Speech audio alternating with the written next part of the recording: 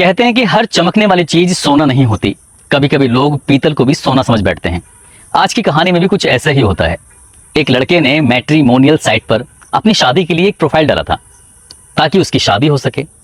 अब उसने अपनी प्रोफाइल में अच्छी अच्छी बातें लिखी थी, ऐसी बातें कि कोई भी देखकर उससे बातचीत करने की कोशिश करे। जब लड़कियां उसे देखती थी, उससे बातचीत करने की कोशिश करती थी, तो शुरुआत में चैटिंग होती थी।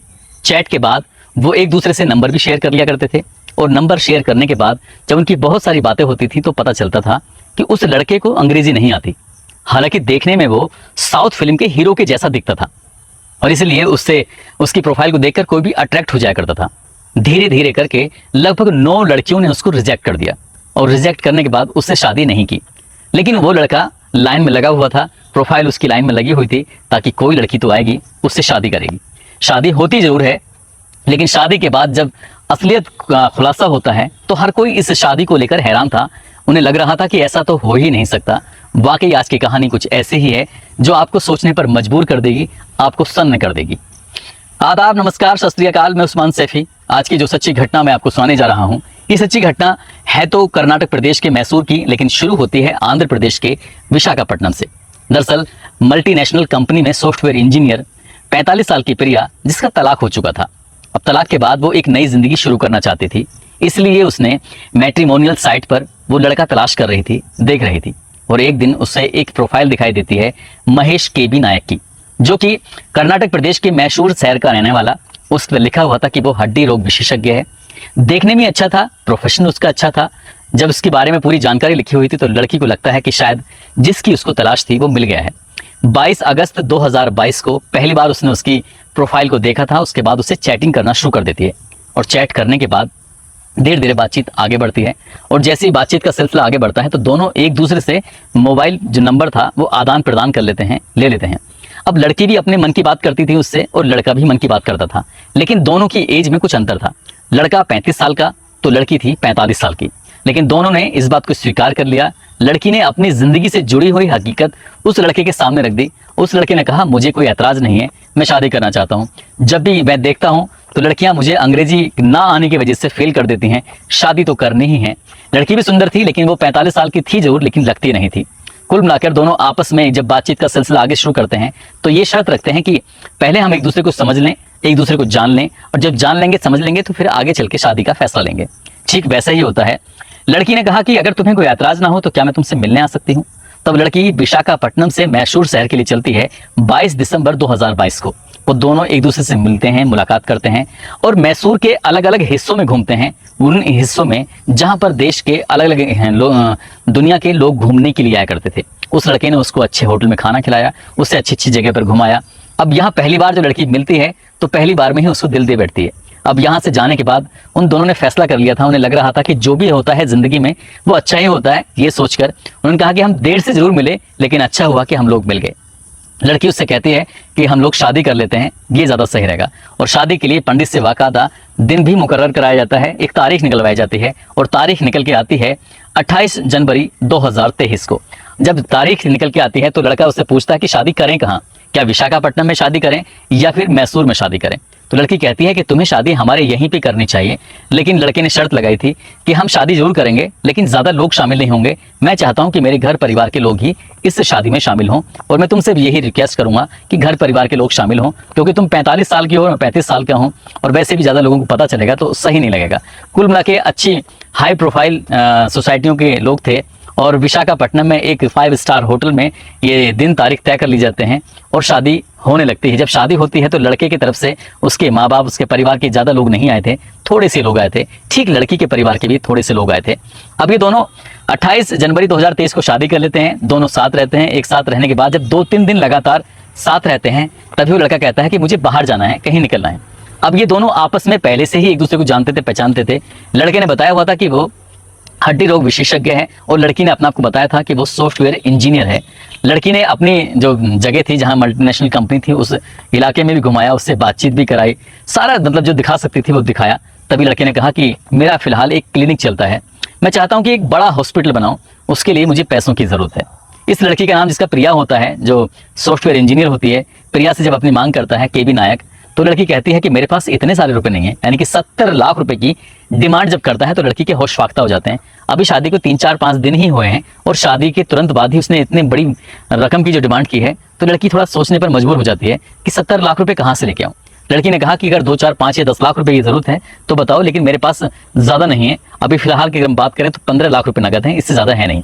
लड़का 15 लाख की बात सुनने के बाद कहता है ठीक है 15 लाख हैं तो 15 लाख ही दे दो, लेकिन लड़की कहती है नहीं वो दे दूंगी। इसी बात को लेकिन दोनों में कुछ कहा सुनी भी शुरू हो जाती है। लड़का मौका पाते ही 5 फरवरी 2023 को 15 लाख रुपए और साथ ही जो उसके पास गहने रखे थे, जेवरात रखे हुए थे, उन्हें लेकर वहां से वो भाग जाता है, निकल जाता है।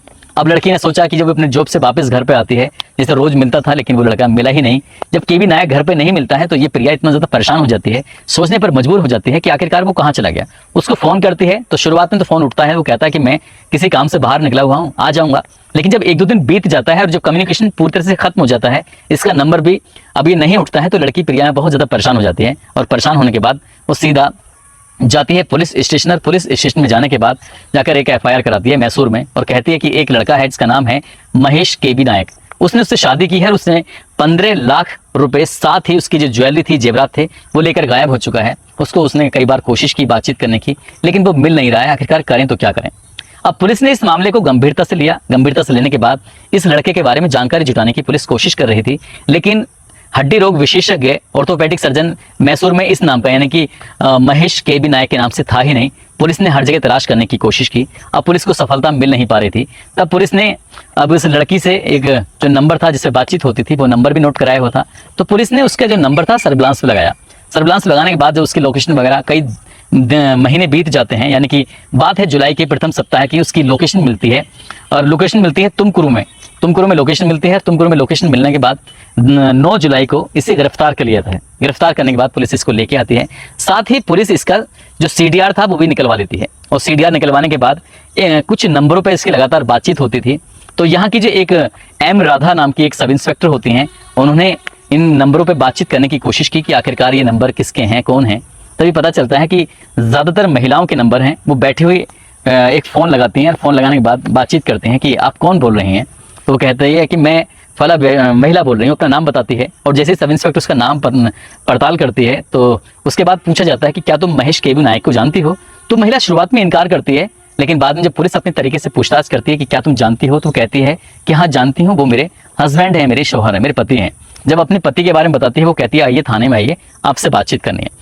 फिर इसी तरह से धीरे धीरे करके लगातार फोन पर बातचीत होती रही। अब वो सब इंस्पेक्टर एक एक करके अपने ऑफिस में लगभग 23 महिलाओं को बुला लेती है। अब 23 महिलाओं को बुलाया जाता है तो उनमें से 15 महिलाएं ऐसी होती हैं जिन्होंने ये स्वीकार किया कि इन्होंने महेश केबी सिंह से शादी कर रखी है। साथ ही इसमें 9 महिलाएं ऐसी होती हैं, उन्होंने कहा कि हमारी शादी को लेकर बातचीत तो चल रही थी, लेकिन इस लड़के को अंग्रेजी कम आती है और अंग्रेजी कम आने की वजह से उन्होंने शादी के लिए हाँ नहीं की थी। लेकिन वो चाह रही थी, सोच रही थी कि इससे शादी हो जाए। जब ये सब इंस्पेक्टर ये बात सुनती है तो उससे बड़ी हैरानी होती है, और इससे भी ज्यादा हैरानी इस बात की होती है कि लगभग 5 महिलाओं ने यह स्वीकार किया कि उन्होंने लगभग 3 करोड़ रुपए इस महेश केबी नायक को दे दिए हैं और जो कभी वापस मिलने की संभावना दिखती ही नहीं है। जब महिला सब इंस्पेक्टर की बात सुन रही थी तो उसको यकीन नहीं हो रहा था। साथ ही जो 15 ऐसी महिलाएं आई थी जिन्होंने ये स्वीकार कर लिया था कि इनकी शादी हो चुकी है, 15 में से 3 महिलाएं ऐसी थी जिन्होंने ये भी स्वीकार किया कि उनको 5 बच्चे हैं और वो 5 बच्चे इसी केबी नायक की वजह से ही पैदा हुए हैं। तो ये बात जब उन्होंने यानी कि सब इंस्पेक्टर एम राधा ने उच्च अधिकारियों से बताया कि सर ये जो शिकायत है प्रिया की अकेली की नहीं है, बल्कि ऐसी 15 और महिलाएं हैं जिन्होंने शिकायत की है। इनमें से 9 महिलाएं अलग हैं जिनसे शादी करना चाहता था, यानी कि अब तक ये लगभग 24 महिलाओं से शादी कर लेता यदि इसकी अंग्रेजी ठीक ठाक होती। अब पुलिस ने उसको पकड़ तो रखा ही था। पकड़ने के बाद उससे जब सख्ती से पूछताछ करती है पुलिस अपने तरीके से, तो शुरुआत में तो वो इधर उधर की बातें कर रहा था, लेकिन जब सभी महिलाओं के नाम, उनके पता, उनके एड्रेस सब कुछ दिखाए गए, उनके फोटोग्राफ्स दिखाए गए, तब कहीं जाकर महेश केबी सिंह टूट जाता है और अपनी जिंदगी से जुड़ी हुई हकीकत सामने रखता है। तो पुलिस को वाकई हैरानी होती है। दरअसल ये इस लड़के के माता पिता हैं और माता पिता के साथ साथ ये 2 भाई भी हैं इसके, और ये रहने वाला है बेंगलुरु शहर का एक शंकरी एक जगह है, वहाँ का रहना है, वन शंकरी वहाँ का रहने वाला था। ये साल 2013 में पहली शादी करता है मैट्रिमोनियल साइट के माध्यम से, और शादी करने के बाद वहाँ बताता कुछ हो रहा है कि वो इंजीनियर है, लेकिन वो इंजीनियर होता नहीं है, वो 5वीं पास था। पढ़ा लिखा ज्यादा होता ही नहीं है। हालांकि उसको बचपन से एक्टिंग करने का शौक था, वो फिल्मों में अपनी किस्मत आजमाना चाहता था, इसलिए बातचीत करने में माहिर था, उसकी बातों में बात मिठास होती थी। और जब ये लड़कियों से चैटिंग करता था, चैटिंग के बाद फोन पे बातचीत करता था, तो कोई भी लड़की, कोई भी महिला आकर्षित हो जाती थी। लेकिन बातचीत के दौरान ये सबसे पहले एक बात देखता था, महिला की उम्र ज्यादा हो तो चलेगी, महिला विधवा हो तो चलेगी, महिला तलाकशुदा हो तो चलेगी, लेकिन सबसे ज्यादा उसके पास पैसा होना चाहिए, वो अमीर होनी चाहिए। इसे कोई मायने नहीं रखता वो तलाकशुदा हो, विधवा हो या उसको बच्चे हैं, इसे कोई फर्क नहीं पड़ता, लेकिन वो अमीर होनी चाहिए। पहली शादी करता है और पहली शादी करने के बाद, पहली शादी भी एक ऐसी महिला से करता है जो विधवा होती है, शादी कर लेता है और शादी करने के बाद वो महिला इस पर आरोप लगाती है कि ये मुझे छोड़ के चला गया है। मुकदमा दर्ज कराया जाता है, लेकिन पुलिस उस मामले को इतनी गंभीरता से नहीं लेती है, जिसकी वजह से ये इसकी बल और बढ़ता चला जाता है और बढ़ने के बाद ये लगातार शादियां करती रहता है। ठीक मैट्रिमोनियल साइट के माध्यम से शादियां होती रहती हैं, उनसे पैसे ऐंठता था और ऐंठते ऐंठते उसने लगभग 3 करोड़ रुपए से ज्यादा की रकम महिलाओं से अपने कब्जे में ले ली थी। यही इसका शौक था कि अमीर घर की महिलाओं को अगर ये अपने चक्कर में फंसाएगा, उनसे पैसे अगर कब्जे कर लेगा, ठग लेगा, तो उससे इसकी जिंदगी चलती रहेगी। और इसी बीच में इसके माता पिता से, इसके भाइयों से भी झगड़ा हो जाता है। इसके पिता ने इस पर अटेम्प्ट टू मर्डर का भी आरोप लगाया था। इसके पिता ने जब पुलिस के सामने पेश होते हैं तो बताते हैं कि ये आरोप लगाता है कि ये मारने की कोशिश कर रहा था। जब ये इसका पिता, इसकी माँ जब पुलिस स्टेशन में जाते हैं तो इससे ज़्यादा हैरानी की बात यह होती है कि जो प्रिया होती है इसके माँ बाप को देखकर कहती है कि ये तो इसके माँ बाप है ही नहीं।